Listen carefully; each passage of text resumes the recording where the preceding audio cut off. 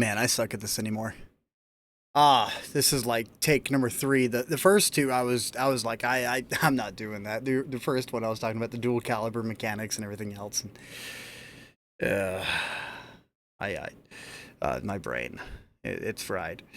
You know, like you got to put a lot of effort into doing YouTube and then doing other things, getting things planned up. And in all honesty, I am burnt out whenever it comes down to it. But I'm enjoying it. I'm smiling as I do it. You can see right now I'm starting to turn red for myself. So I'm embarrassing myself in front of everybody else. So it is what it is.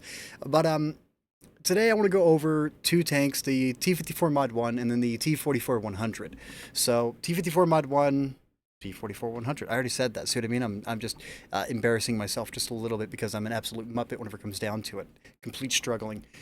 But I play World of Tanks to have fun and enjoy it. But whenever things get added into the game or certain things pop up where all the negativity starts to come out, which honestly it has been. I just lost a day of premium. I don't know if you guys saw it, but I did. But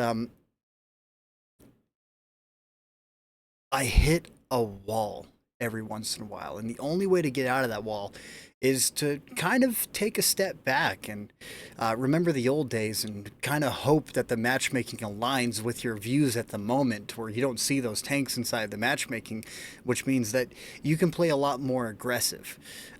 If there's anything that I really want to see pop up inside of World of Tanks, it's balance changes. I want to see the Irachi, for crying out loud, get a buff. The Oni tier 8 that was originally supposed to be a tier 7, but they just crammed in a couple of extra things and said, well, this is this thick now rather than this thick, and we're going to full send it.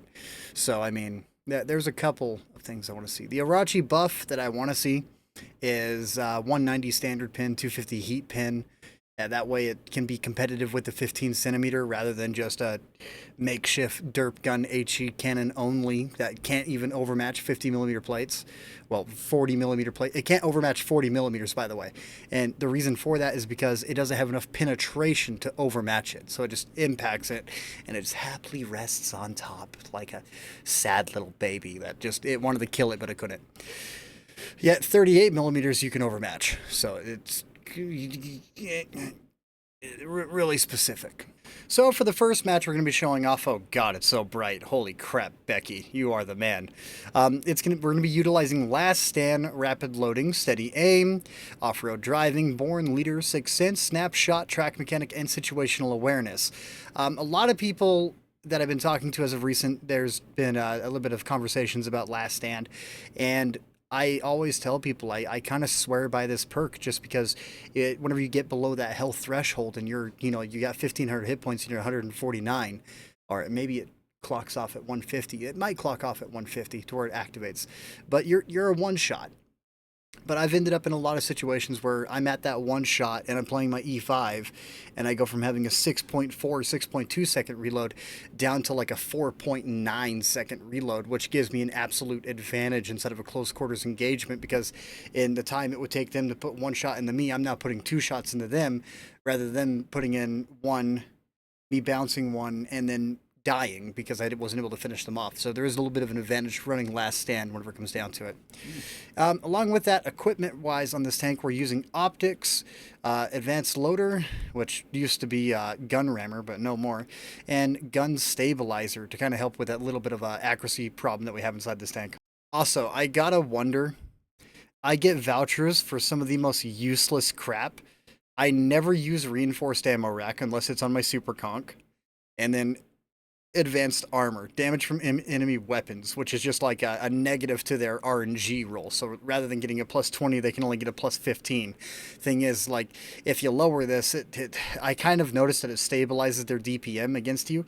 So I don't run this because I've never found that 5% to actually be beneficial whenever it comes down to it.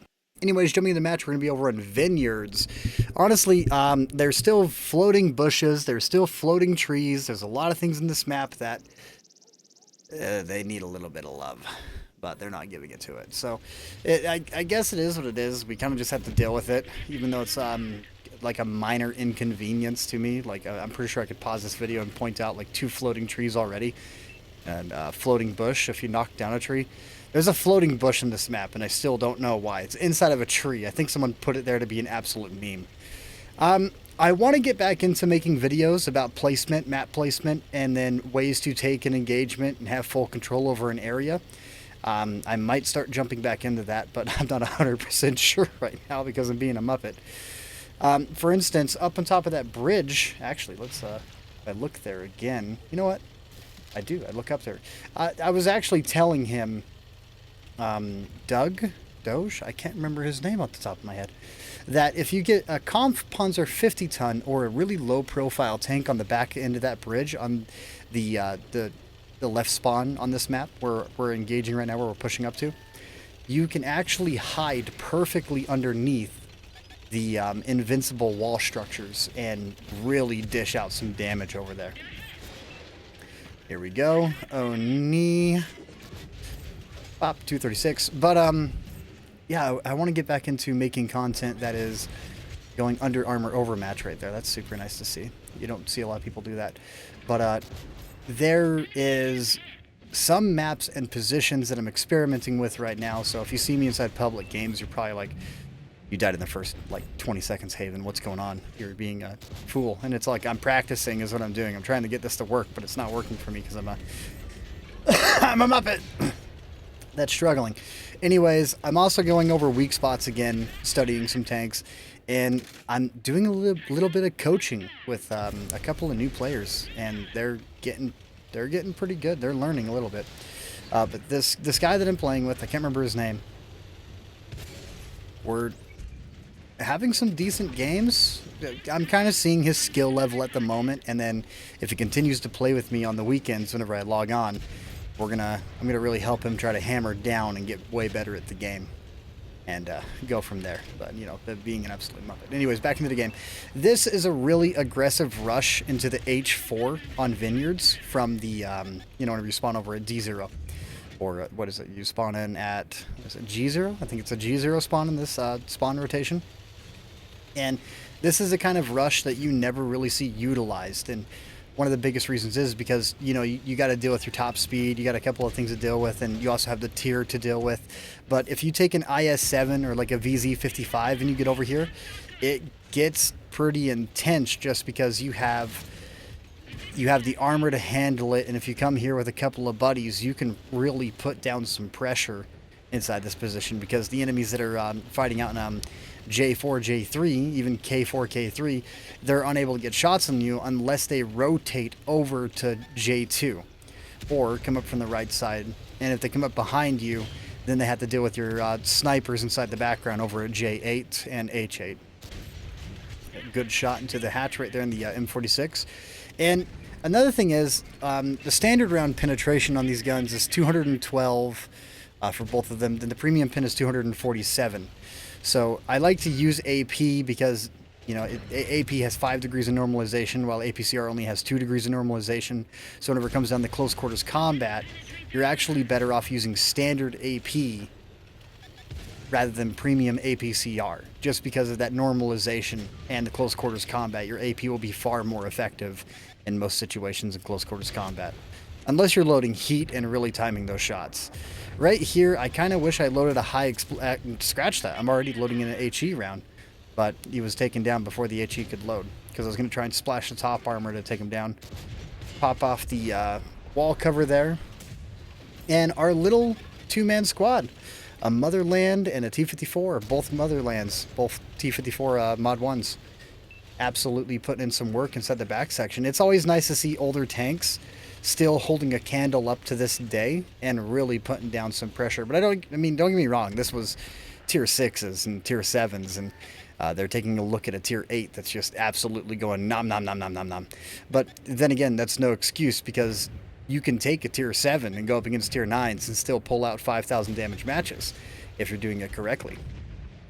And being an absolute muppet. By the way, if you're still watching, and I think inside my Google OneDrive, I still have the replay of my VK4502A match. That was basically the world record inside the tank for 8,000 something damage using only standard rounds. If you guys want to see that, let me know in the comments section, or I'll probably just put a I'll just link Clone Guy's video inside the description for this video for you guys to check that out. But right here, there it is. X Doug. It's just gone. I'm pretty sure I bombed his name. He's gonna laugh at me whenever he sees this and just call me an absolute muppet. But 3,163 damage, about 1,300 assist. Really putting in that work. And then the second match I'm going to be showing off is going to be in the T44 100 up against Tier 9. And this one went just as well. But it shows you that penetration isn't everything that you need. Then again, I didn't really shoot super thickly armored targets whenever it comes down to it inside the second replay. So I'm a muppet. Savragas. I cannot pronounce the name of this map. It doesn't matter if you like type it out in chat. I'm still going to be confused on what it stands for now to pronounce it. But this matchmaking, I liked the way that this match looked, just because this is the kind of matchmaking that I'm comfortable with, because, you know, there's 6 tier 9s and then there's 9 tier 8s. This is the kind of matchmaking that you dream of, because it's not overwhelming. It's not 13 tier 9s and 2 tier 8s, or, you know, 8 tier 10s, 4 tier 9s, and 3 tier 8s. No, this matchmaking is some of the best matchmaking I've had in a while, if I'm being honest. It feels really rare to see a really even spread across the matchmaker, because usually it's all randomized. You know, you'll have like 3 tier 6s and then the rest are tier 8s, and that to me is just, it's obsessive. You know, that's ridiculous. Along with that, there's one more thing I want to say. Your preferential tanks. If you guys have pref tanks, put some matches in them. Put like 2 matches in them in a day. If you're doing a silver grind, play a pref tank for a little while, because it always helps out the matchmaking. You know, if you're playing a tier 8 pref tank, it kind of forces lobbies to not go up against tier 10. And if you have enough people playing tier 8 pref, then your tier 8s will never see tier 10. So, I mean, if you guys want a tip to kind of help people be happy, be the guy that plays the pref and forces these matches, because that's really awesome. We're going to be doing an experiment for the next couple of days, where we're going to be inside of like a Discord call with like a group of 10 guys, and everyone's going to be running pref and no one's going to be platooned up. But once we're inside the game, everyone's going to mute. And then once you're inside the match, we're going to see how many times we can force the matchmaker to kind of put us all together. And then we're just going to beat the crap out of each other, running pref tanks and a couple other things. I shot right there in that location, telling him, hey, that's where I want you to sit, because if they pull that corner, you're going to want to be able to catch them coming up. I'll make sure to put pressure down as much as I can from this position.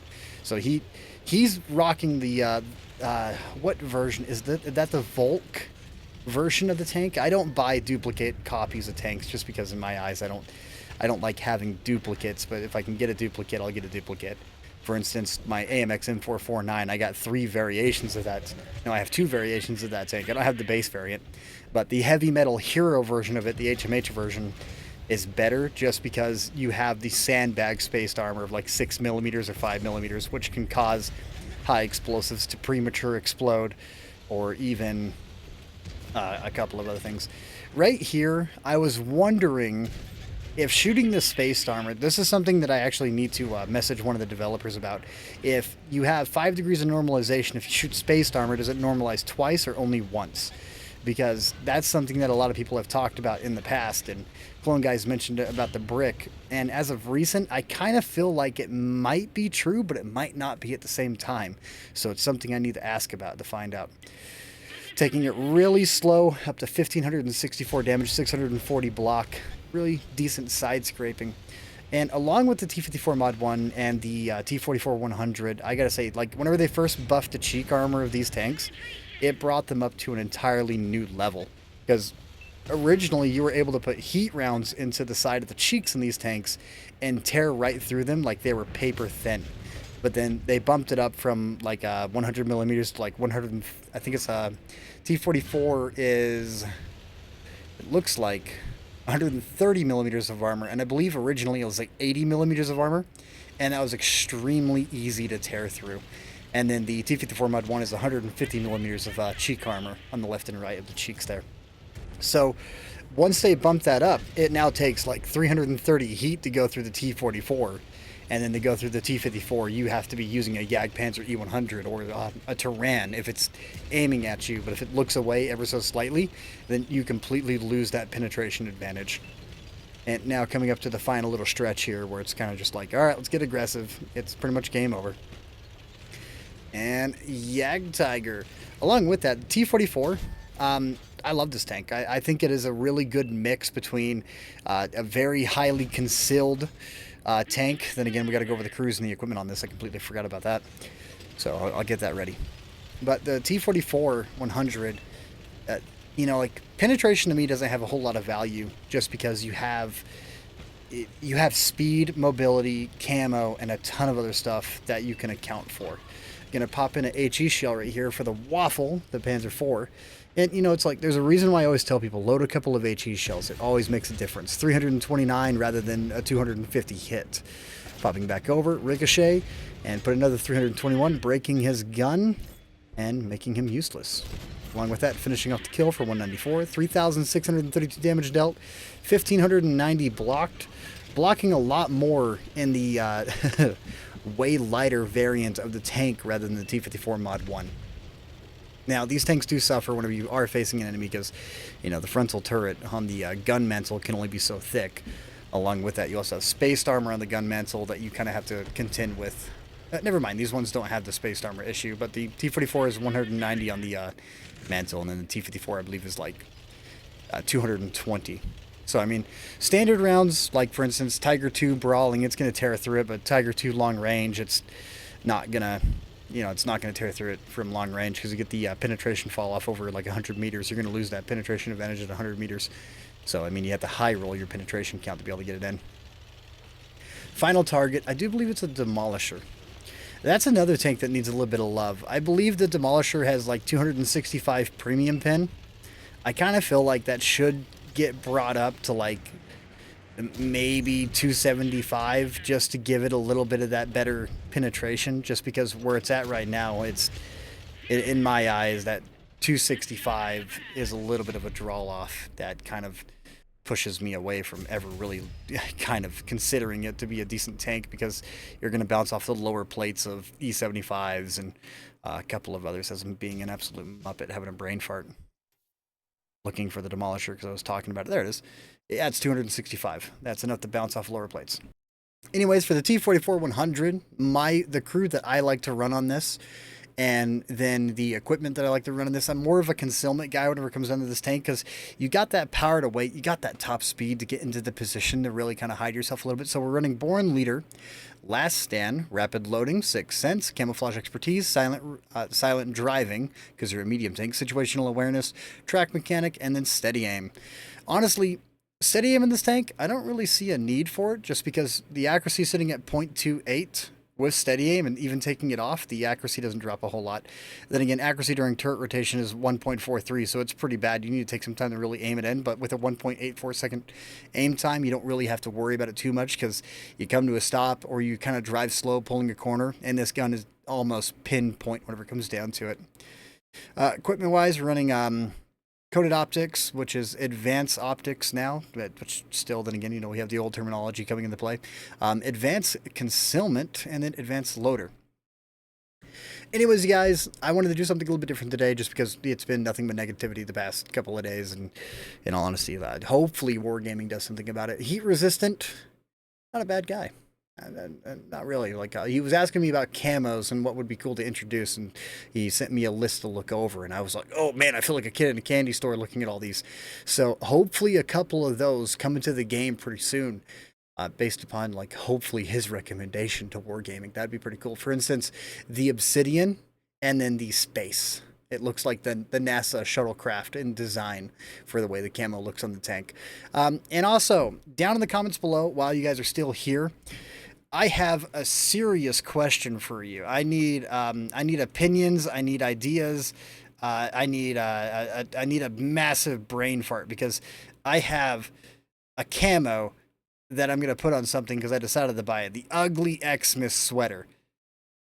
It actually doesn't look too bad in the M48 patent. I'm not gonna lie, that actually looks pretty cool. But I got my surfboard and my little Hawaiian setup here. So Ugly sweater, and along with that also the Nutcracker that I can put on something. You guys want to leave comments down below on what tanks you think I should put the Nutcracker on, and the Ugly sweater. If you want me to be honest, the one tank that came to mind whenever I was looking at this, I was sitting here all like, how would the mouse look with an ugly sweater? And then for the Christmas stream this year coming up, that hopefully Clone Guide, we do like a long Christmas stream. We'll be able to show these off and play a little bit of matches and have some fun inside private queues and some other things and screw around. You know what? The mouse with this, that doesn't look too. It's definitely an ugly sweater. It's not one I'd want to wear on a regular basis. It's probably that really thick cotton that gets caught and it catches your hair on your chest and your arms and it pulls it out. It hurts. Yeah. As we get older, we realize what that is. And it's not fun. It kind of sucks. Anyways, guys, thank you for watching, taking the time out to, spend some time with me tonight. You guys, hopefully I put somebody to sleep, I guess, if you use me to pass out. I kind of, all right, I'm gonna say this too. I'm saying a lot of things today, but it's me. Have you noticed that the S's aren't as pronounced as they used to be? That's because about a couple of months ago, I chatted with an audio expert, and we redid my audio on this because I found out that the Go XLR that I use doesn't have a de-esser. So I had to redo a lot of the audio on it to be able to do that correctly. So go back, listen to one of the older videos, and you notice a little bit of a bigger difference whenever it comes down to it. The pops are also gone. Maybe. But anyways, till next time, I'm going to embarrass myself in the front room now. You guys, have a great day, afternoon, night. Thank you for watching. Leave a comment, subscribe, and where the hell is that ugly sweater going to go? Come up with a couple of tanks and what you would think would look good on. And if I'm going to be honest, the one that comes to mind is a really recent release that I'm finally grinding out. I might put the Nutcrackers on the IS-3 too. I'm going to be making a video in this tank here in the next couple of days after I get it fully upgraded. I already have a essentially stock video in it where I did 5,000 damage that I'm going to be showing off too. I did load full premium, and that's because 221 up against multiple tier 10 games is not enjoyable. I'm still on the screen, aren't I? I never clicked the button. This tank. As I said, I'm a Muppet. Till next time, you guys take it easy.